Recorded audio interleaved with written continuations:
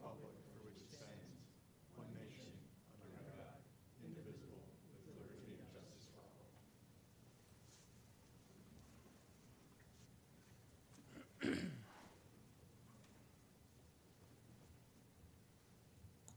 So the first item on the agenda is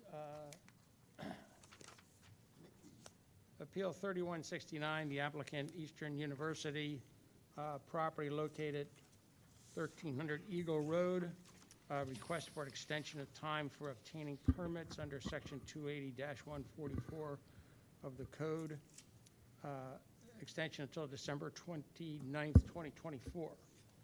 And there's also a letter from council, which, do we enter this into the record, or is it already in the record, Gus? No, we should put it in the file as well. Yeah, it'll We be in have the- it electronically, but Okay. We've got one in the file. We have the original in the file. So Nick, I think your letter says it all.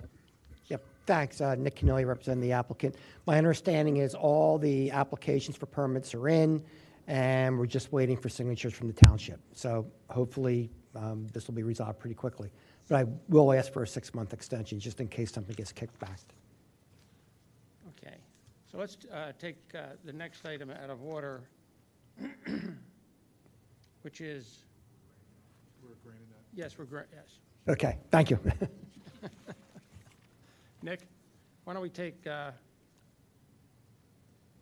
Appeal 3183. I understand there's a request that be continued.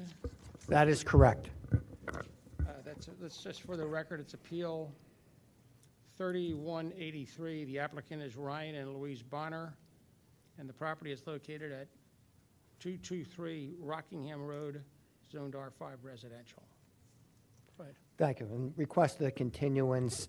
If you look at the file, you see that it's kind of difficult to determine the plan that was submitted and what it means. So we're having an engineered survey done that we'll be able to present next time. And that'll be on the July meeting? We hope, yes, Okay. please. All right, so, okay with that? Any extensions? No. Yeah, I put it, I put it in the letter anyway. I said, yeah. Yes, we have a letter from council dated June 19th, 2024 to Kevin Kachansky. And I agreed to extend the time for hearing by an additional 30 days.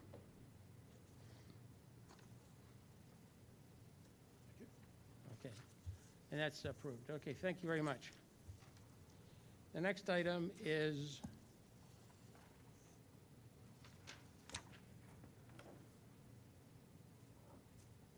Appeal 3181, the applicant Cara and Michael Marciano, property located at 318 Edge Hill Road, zoned R1 residential.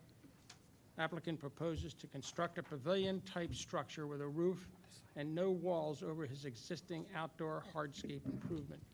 Applicant seeks a variance from either Section 280-15D1 of the code relating to side yard setbacks, or Section 280-17B of the code relating to distance of structures, of the structure from the principal building. The applicant further seeks such other zoning relief required by exhibits and testimony presented at the zoning board.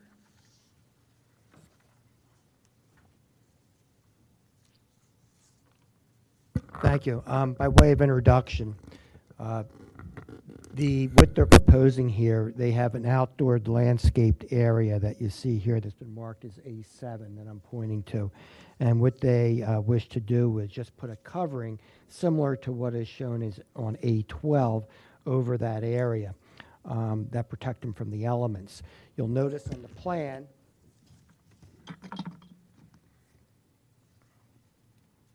that does not have walls, does not have a roof, but it will be right next to the building, is my understanding.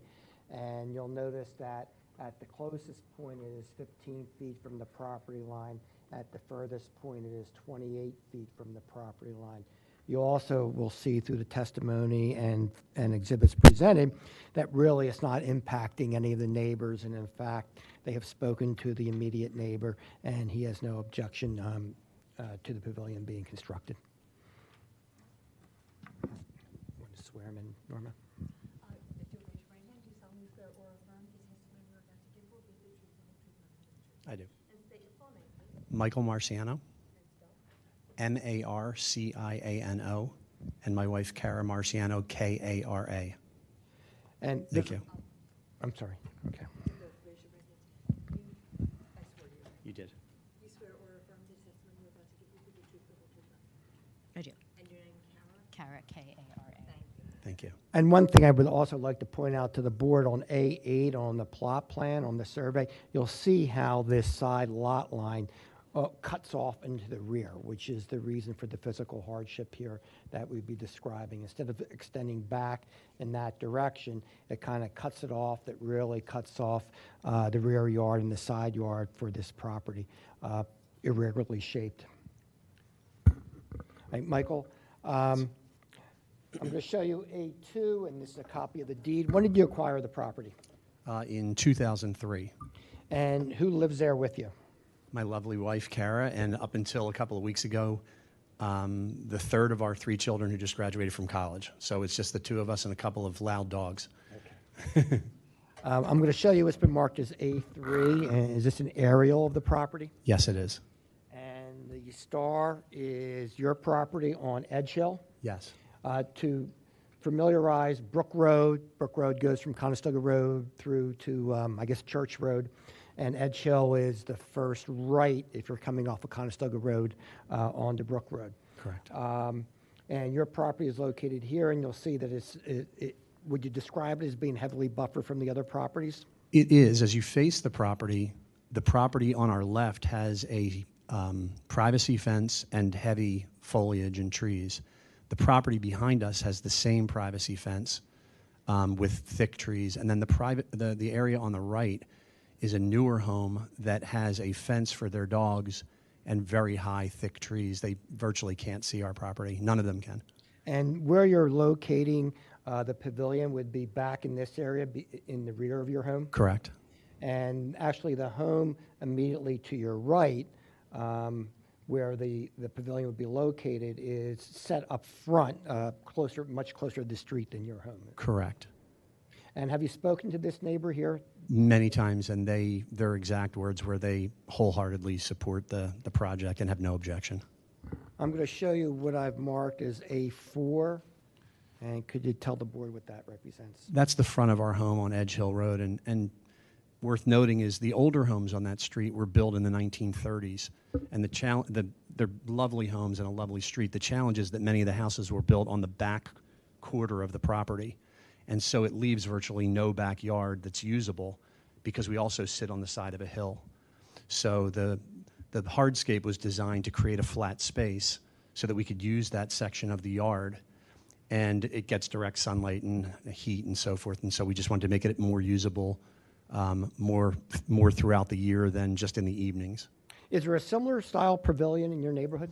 Interestingly, yes, as you face our home, the neighbor on our left, directly to our left, has almost exactly the pavilion that you've depicted and the one that we're building, but their backyard is even smaller and even steeper, and so they ended up building their pavilion on the side slightly to the front of their property. And as you mentioned, you have a very steep slope here as shown on Yes. the plan on A8 that kind of prevents you from using that back Correct. already. I'm going to show you as A5, and I believe you may have a better picture, the board may have a better picture than what I'm showing. Is this a view of the area from the rear of your yard? Correct, yes it is. And then, again, A6, and this just depicts where the pavilion-type structure would be located. Yes, Black lines there. yes. And then A7, that shows the actual area that you intend to cover. Yes. Now, showing you A8, which is the survey performed on this matter. And as you heard during opening, and you described already, is there any uniqueness about this lot? One, the house is located pretty far in the rear of the lot. Yes. Correct? And anything else that's unique about this lot? There is our neighbors to the right who affirmed that they're supportive of this pavilion sit on the newest home in the property on a wedge-shaped property and on a curve of a cul-de-sac, which is what's creating that awkward lot line. So theirs is a little unique in that regard, and that's what creates that odd setback. Now I'm going to show you what's been marked as A9. And is this the kind of the architectural view? That's the overhead view of the hip roof that will be over the 4 posts. Now, as to that roof that we described, what is the height of that, of the pavilion? It'll be less than 20 feet, correct? Oh, absolutely, yes. The Recall. architect said, I think at its highest point, it would be about 15 feet, 4 inches, and the midpoint's about 12 and a half feet. And so the peak is 15.4, the midpoint, which is what Radnor determines height by, is 12 feet 6 inches? Yes. I'm going to show you what's been marked as A10 and A11. And again, the board may have better views of this. Can you just describe what A10 and A11 represent? Yes, those are the architect's drawings and depiction of how the structure will look when it's completed. And is it similar to what is being shown on A12? It's very similar to it, yes. Hip roof. The only difference is that the post closest to us on the right will be actually attached to the house, which is the reason why I think this is not viewed as an accessory, but rather as a part of the home. And once again, just referring to A8, and the physical hardship we're talking about is the uniqueness in the shape of this lot as to the rear yard and the steep slope in the rear. Yeah, that's what makes it challenging to use that space, and what kind of brought us here this evening. I have nothing further at this time. Yes, actually, I do have one question. You mentioned that there is a newer house. Yes, sir. So could you point to that on the plan? I just have. That would be the house as you face our home to the right here. Okay, and when you say it's a newer house, that the lot on which it sits wasn't subdivided out of your parcel or anything like that? It was just a different Well, lot. it's a bit of a story. If you'd like me to, I'll share it with you. Well, it goes to the question of creating the hardship. Oh, we did not. The prior owner, the home prior to our ownership was owned by a lovely family by the name of the Leavenworths, and they owned both lots. And they had subdivided it years before they sold it, so it was already parceled that way. Okay.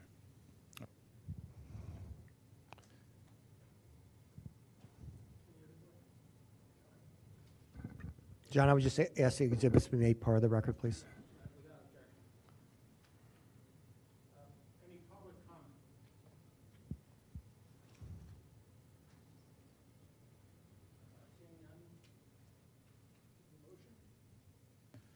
Mr. Chairman, I would move that the applicants be granted the relief requested in the application from the provisions of Section 280-17B of the code relating to the distance of the structure from the principal building.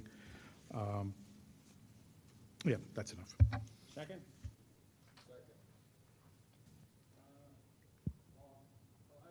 I agree with the motion that I think it's appropriate, given the odd shape of the lot. They've done a good job of putting this in here without, and taking the minimum amount of vote? I vote aye, yes. Yes, And I very vote- much. Thank you. Thank you so very much. Thank you. Thank you.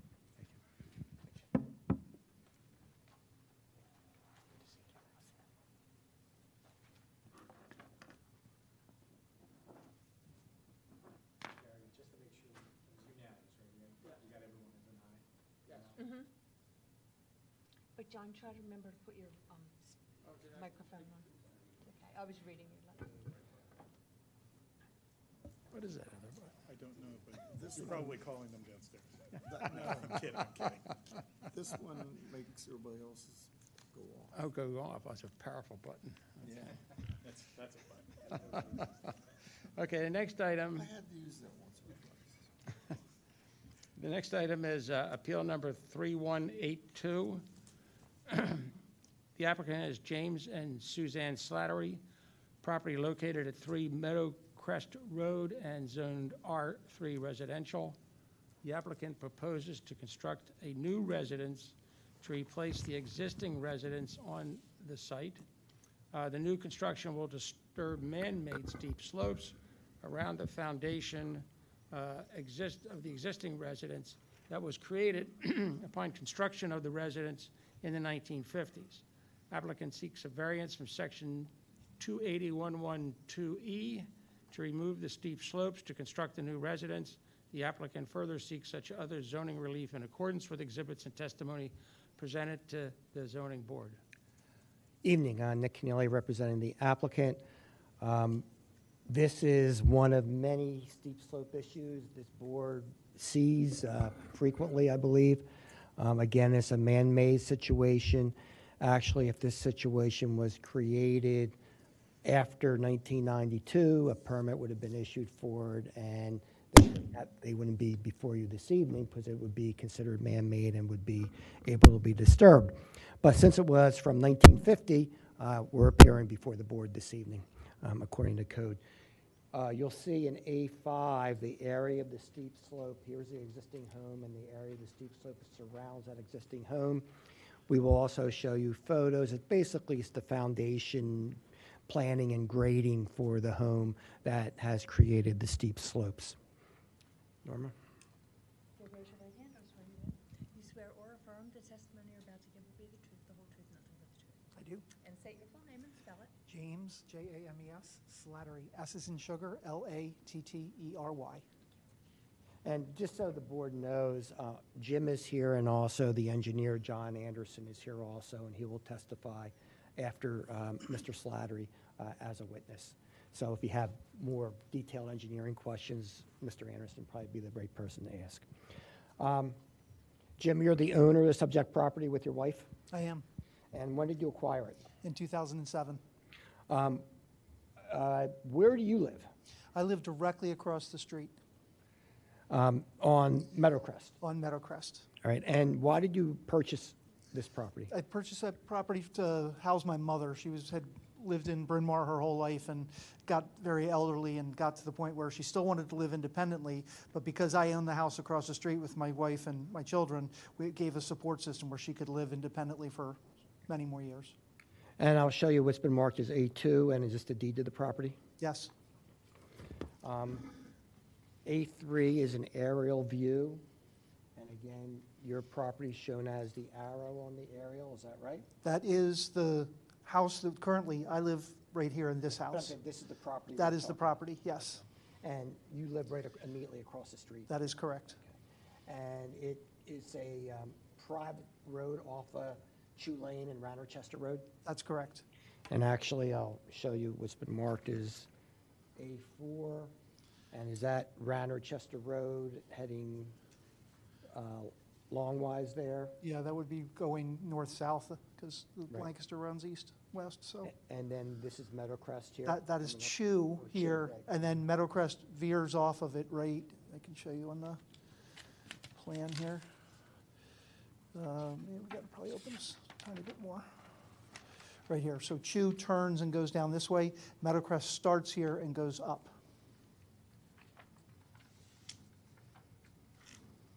I'm going to show you what has been marked as, well, we have A4 and A5. That's the existing conditions plan. So did you have Cornerstone Engineering prepare the plan? Yes, I did, Okay, and the plan indicates the steep slope around the home, is that correct? yes. All right. I'm going to show you what's been marked as A7. And can you describe what A7 represents, the photo? Sure, so where they're saying the steep slope, it's actually right along the house here, which is where there's a patio. It was clear that it was there so that you could build a patio there. And then A9, or that was A7, A8. So this is, again, the steep slope would be right here, and the patio would be right over in this area. And A9. And just Meadowcrest? This is Meadowcrest, looking at from Meadowcrest, and this is the patio area, and the steep slope just is where those bushes are. And When was this home constructed? 1950. And were you able to find an agreement for the specifications for this residence? Yes, this is the agreement of actually when they built the home, the contract between the builder and the people who had the home built for them. Henry Vaughn, Yeah, is that Chip's dad, do you know? I don't know, probably. This is all Chew property, so I mean, it's, Yeah. you know. And A10, is that an excerpt from that agreement, A10? Yes. And if you can just describe, it speaks for itself, but if you could describe to the board why we've attached it as an exhibit. It basically talks about utilizing the dirt from the from building the basement to put in this patio area. And it's, I don't know, I originally highlighted it here, but, I believe it's the last sentence of that paragraph, all subsoil residing. Okay. This one here. yeah, let me just do the highlighted one. Go ahead. Okay, all subsoil resulting from the cellar, footings, et cetera, is to be used to raise the grade around the house as shown. And then it also says, no additional earth is to be brought to the site for this purpose, nor none to be removed under this contract. Have you spoken to your neighbors regarding your desire here? I have, I've spoken to all of my neighbors. And do they have any objection? None that I know of, but there is, two of my neighbors are here, so I Okay. don't want to speak for them if they have something to say. But I have spoken to, because I've lived here an extended period of time, I live again across the street, and I've been there since 1990. So I know pretty much all of the neighbors, and we're friendly with all of them, and they all have, said that they understand that the project as a whole, and I have not heard anybody have objections. Any questions for Jim? Jim, I noticed in your packet you show the future plans, which is 2 homes. That's correct. The home that's built on this lot, it looks like it's further back, so you'll have to be filling the basement? The idea would be, I would like to utilize this dirt to put it back into the basement, yes.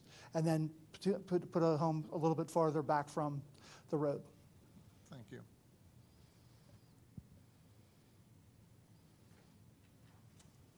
Maybe this is a question for the engineer, but whether, in removing the dirt, because the house has got to be taken down, correct? Yes. And in removing that dirt, or the steep slopes, will that affect stormwater runoff? I do not believe it will, but I have a. We'll get into that, yeah. Can answer that question. Currently, obviously, there's no stormwater management on this site, which we'll have to put full stormwater management on it, but the engineer will testify. I would say directly across the street here is the P&W tracks, the walking trail, but at this place, it's about 25 feet below grade there. So we call it the gully. But because of that, there's basically no water can really come down because it would be, be trapped in the old railroad tracks.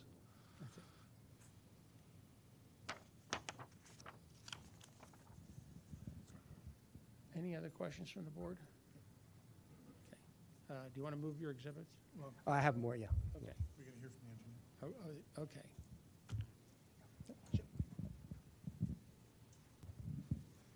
I've marked as A12, Mr. Anderson, CV. I'll hand it up.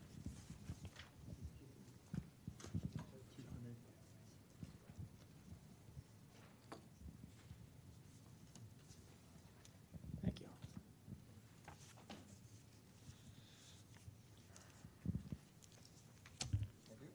This is A12. Yes.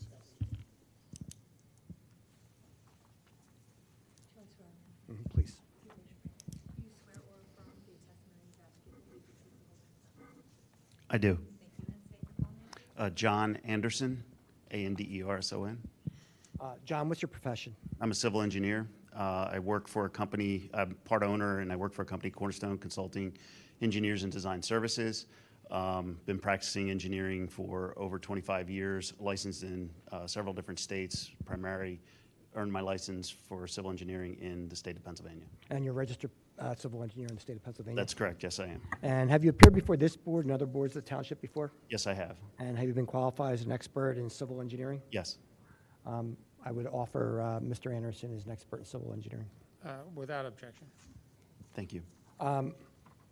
John, I'm going to show you what's marked as A5, and this is the existing conditions plan, and what does that plan indicate? You prepared this plan, correct? Your company? Yeah, so we were contracted through Mr. Slattery to prepare an actual land survey. So we have surveyors on staff. Our licensed surveyor prepared a survey of the property at 3 Meadowcrest. Obviously, he had goals of, because we submitted a future concept plan, had goals of subdividing this property and redeveloping the property. So we did prepare an actual land survey, topographical, boundary, utility survey for this property. We had approached Mr. Narsini to acquire or present a concept plan and then also acquire demo permits for the existing structure. He indicated that we need to submit a demo plan, and that's what this plan A5 is actually, a demo plan. It shows the existing home that's on there to be removed. It shows the steep slopes, and it also shows erosion and sedimentation control at the downstream end of the demolition and reconfiguration of the slope of the existing topography. As you can see, this shaded area, the darker shaded area slopes exceeding 20%, and the light shaded area slopes from 14 to 20%. So the reason that we're here is the fact that we are disturbing slopes greater than 20%, and therefore we need relief from that. As Mr. Slattery had indicated, you know, this home was constructed in the 1950s, and those slopes range from 1-to-1 to 1-to-2 slopes, so they exceed the 20%. With a reasonable degree of scientific certainty, do you have an opinion as to whether these slopes were created as man-made steep slope as a result of construction of the home? Yeah, as we study the topographical features, and they are the contour lines that are shown on the plan, as you can see, as you get beyond the home, those contour lines actually get wider apart.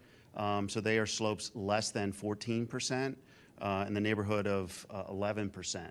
So those slopes would have continued up gradient if that home wasn't there in that same fashion. And in my opinion, it's fairly obvious that once they constructed the home, obviously on the lower side of it, or the top of the page of that back side of the home, they went and took the excavated fill from the construction of the basement and put it on the backside to level off an area for a patio.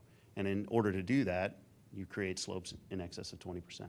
Okay, I'm going to show you, and I believe you may have it on the board, A11. You have a bigger one than I have, and I'll hand up to the board the exhibits A11.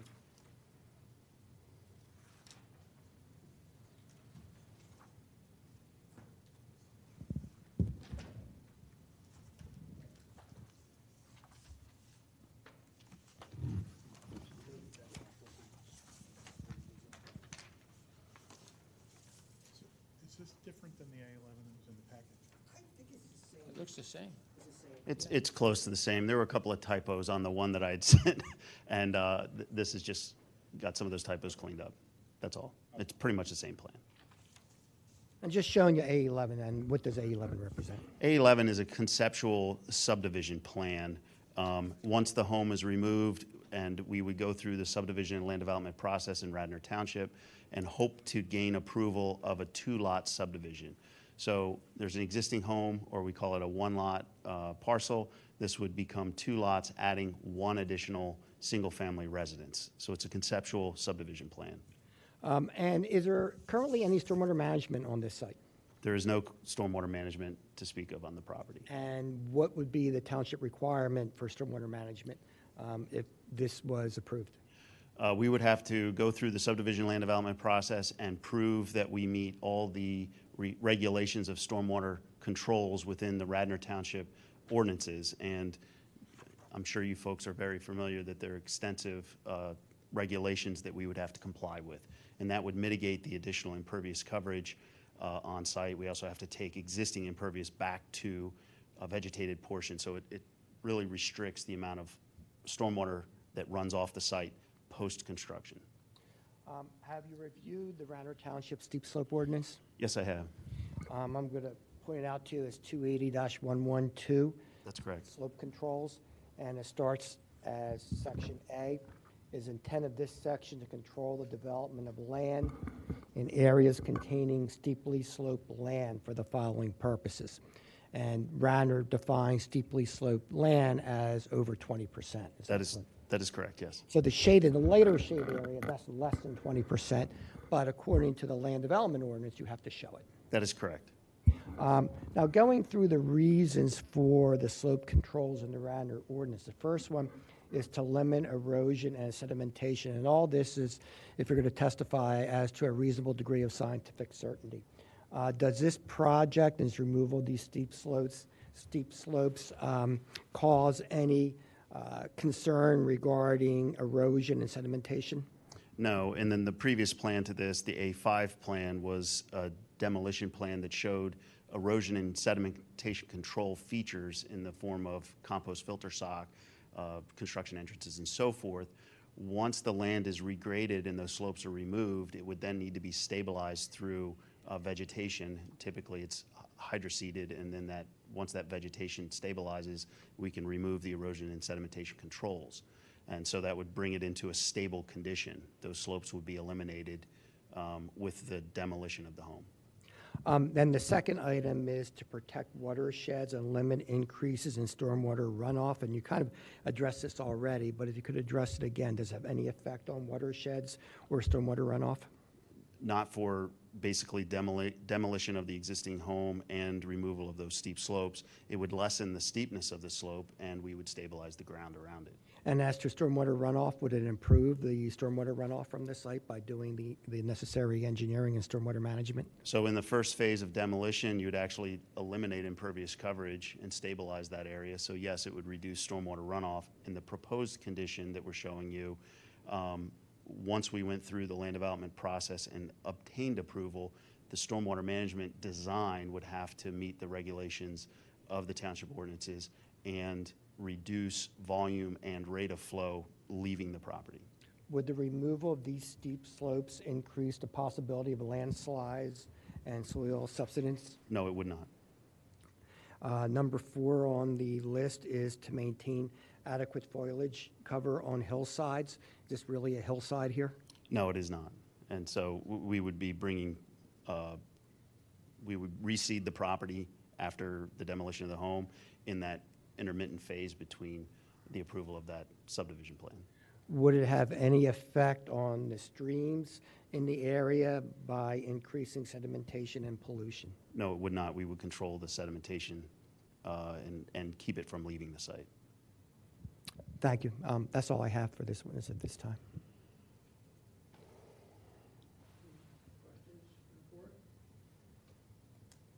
Any public comment?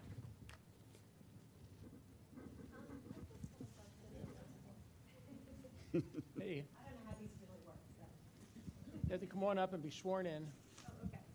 For the 10,000 residents watching. Exactly, right? If you raise your right hand, you solemnly swear or affirm the testimony you're about to give will be the truthful, the whole truth. I do. State your full name and spell it. Kelly Goldenberg, Goldenberg.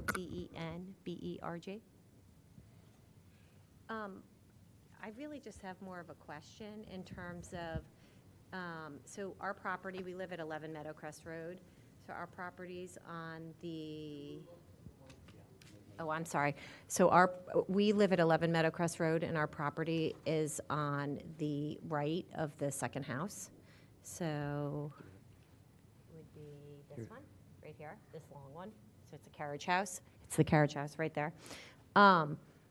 Just curious as to the house that's closest to ours, like what's the positioning difference versus where it was? And then I do see like a couple feet, like I'm just wondering like what the distances are. It's more of a question in terms of understanding. I'm sorry.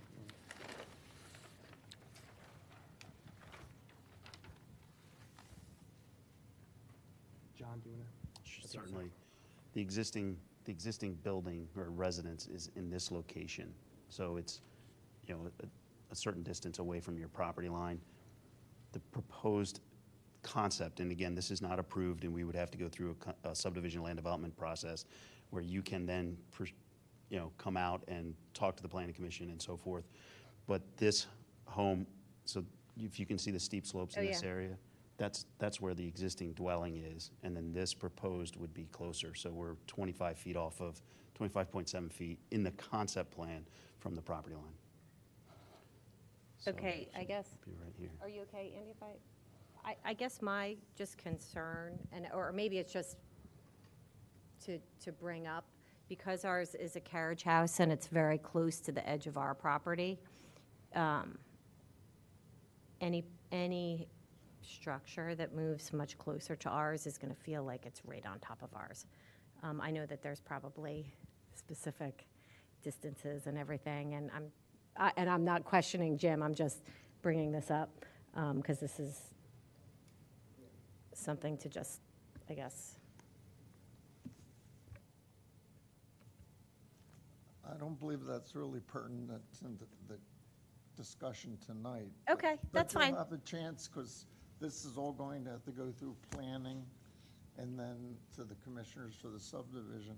Okay, So yeah, you again, this is ample my first opportunity. time at one of these, so Yeah. I'm not really sure how it works. And Jim's been incredible with, sharing his vision and everything. I don't know when the times are to bring up certain questions, so, thank you.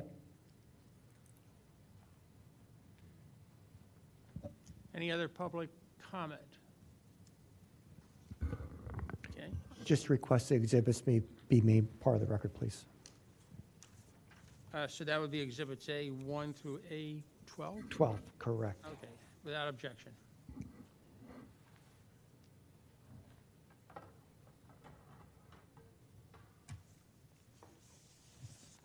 Could I have a motion, please? I'm sorry, before we do that, 812 was what? A12 is the The CB. CV. Okay, I'm sorry, thank you. Did you Okay. get that? Yeah, no, I got it. Okay. I have short-term memory issue. But I haven't forgotten that you need a motion, so in that vein, I would move that the applicant be granted the request, or granted the relief requested in the application from the section 280-35A5 and 280-35A.